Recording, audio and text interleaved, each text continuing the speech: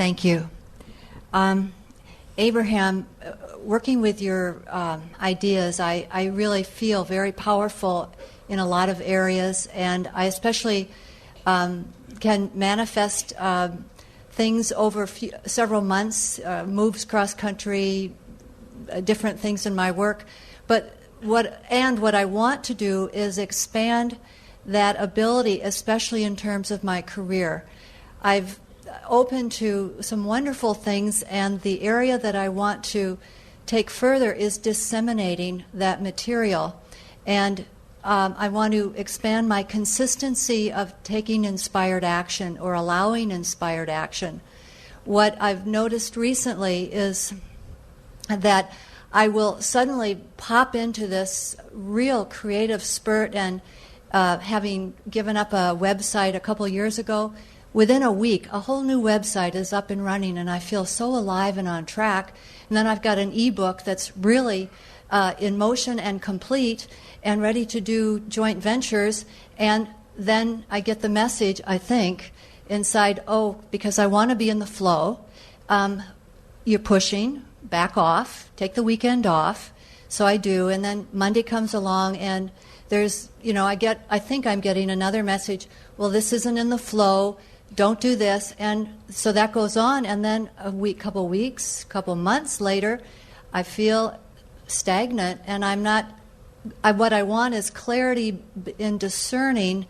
Well, it feels to us that what you're doing, and this is not uncommon, but what you're doing is, because you are clear about what you are wanting, and because you have been a part of an action-oriented world for a while, and you know that through your actions you can make a certain amount of things happen. And so most of you have come to rely on your physical actions for making things happen. And there isn't anything wrong with enjoying your action. Action is a delicious part of the physical experience. But we can tell by what we're feeling from you as you're speaking here that you have not quite got to the place where you are really sending the energy out ahead and letting it do the work, and you are then following the inspired action. You're still trying to motivate yourself, and that's hard to do. It's sort of like pushing the noodle. In other words, it's much better. Inspiration is finding the feeling place of something. Inspiration is finding the feeling place of something, creating a picture in your mind, finding the feeling place of it, practicing the feeling place of it until you are vibrationally in alignment with that. And then the universe orchestrating circumstances and events that just call you. In other words, you find yourself under those conditions not questioning whether you should or not. Your attitude is not, Abraham or somebody, what do you think about this? Your attitude is, I really don't care what anybody thinks about this. I'm going to do this. And when it feels like that, then you are working from the inside out. The inspiration is calling you forth. And that really is what you've intended about all of this. When you feel like you should do something in order to make something happen, now you're vibrating from the place of the lack of what you are wanting, and now you are trying to use your action to compensate for the lack of alignment.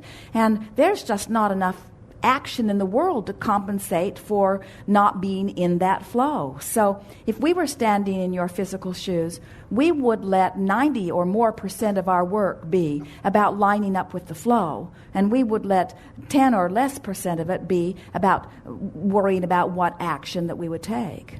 We tease our physical friends often. We say, it's sort of like you've come into the stream of life and you've got your canoe with you, and you come down to the banks of the river and you see the river and you point it upstream and you begin paddling. And then you say, oh, I'm really doing what I should, and I'm really paying the price, and I'm going to get there, I'm going to get there, I'm going to get there, I'm going to get there. And we say, turn and go with the flow. Just go with the flow. But the reason people are not quick to just jump in and go with the flow, there are several reasons. Sometimes you believe so much in struggle, you don't expect anything good to come if you don't pay some sort of a price.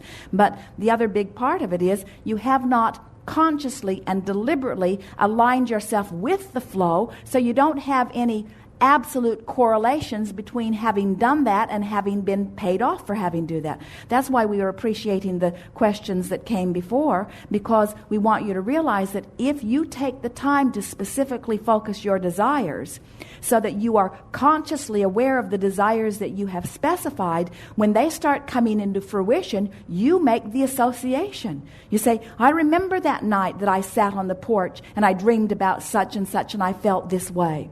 I remember the night that I talked with my friend over dinner and we felt as if it was already achieved. I remember the morning that I woke up and I realized that there were many things that I could do today, but the things that I really wanted to do and the things that I really chose to do, every single one of them felt really good to me as I did it. In other words, you begin to realize as you get into the stream that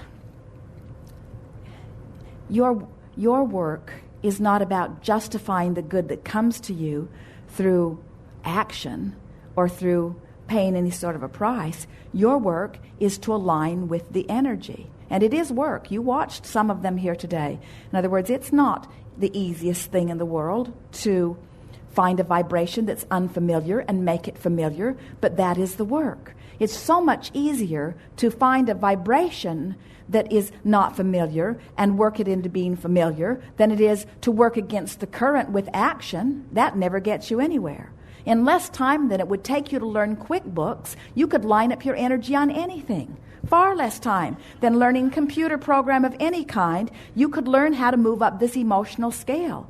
And then that's a computer program that would set you for life. In other words, once you've done it on one subject, now you've got the skills. Now you can do it on every subject.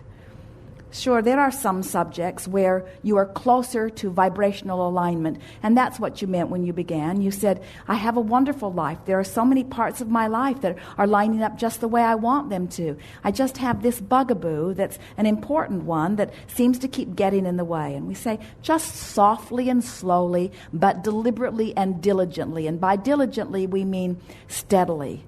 Make a decision that you want to feel better. So the emotional journey that we want you to take is not figuring out how to get more of what you are wanting or figuring out how to market your ebook or figuring out how to bring people to you.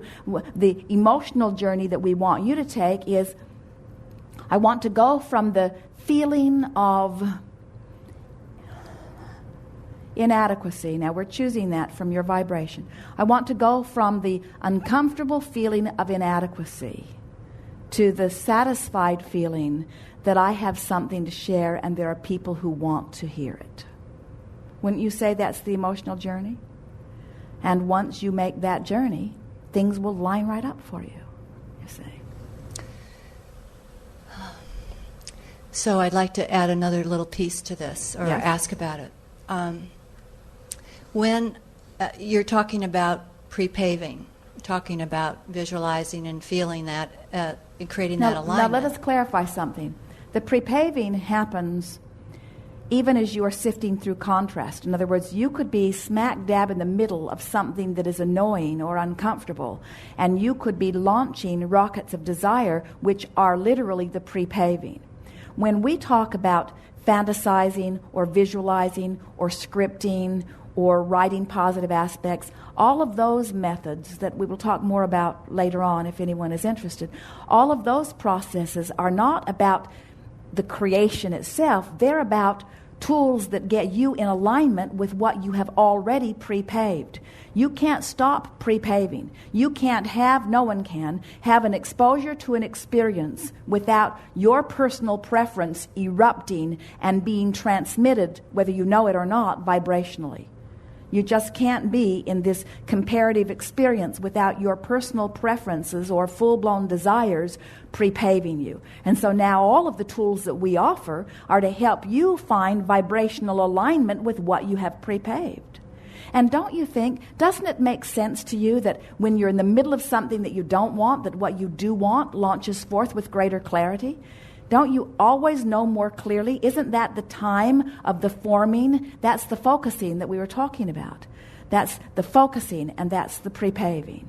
And all of that sort of falls under the heading of science of deliberate creation. In other words, we don't want you to think in terms of, oh, I've got to set goals, I've got to think about what I want, I've got to write them down every day. Let your goals be launched forth from being in the trenches, so to speak. When you have an argument with someone, you're launching goals. When someone is unkind to you, you launch goals. When you're mean to somebody, you launch intentions. When things don't go the way you want them to, you launch intentions. All kinds of wonderful things begin to happen. We are at the end of this gathering again. Things are moving along very fast. We thought we would choose more for the next gathering. We have a 25-minute segment. And then another. So, may I pick up another question when we come back? That's okay. Add on? Stay seated, Okay. and we will choose from among, and perhaps you will be one who we will ask to come again. Now, what are you wanting? Oh, you've made your way here. Here, can you see us? Stand if you will. Yes. Here. Here. One more. Standing and wait. Here. Yes. Good time for a segment of refreshment. We are complete.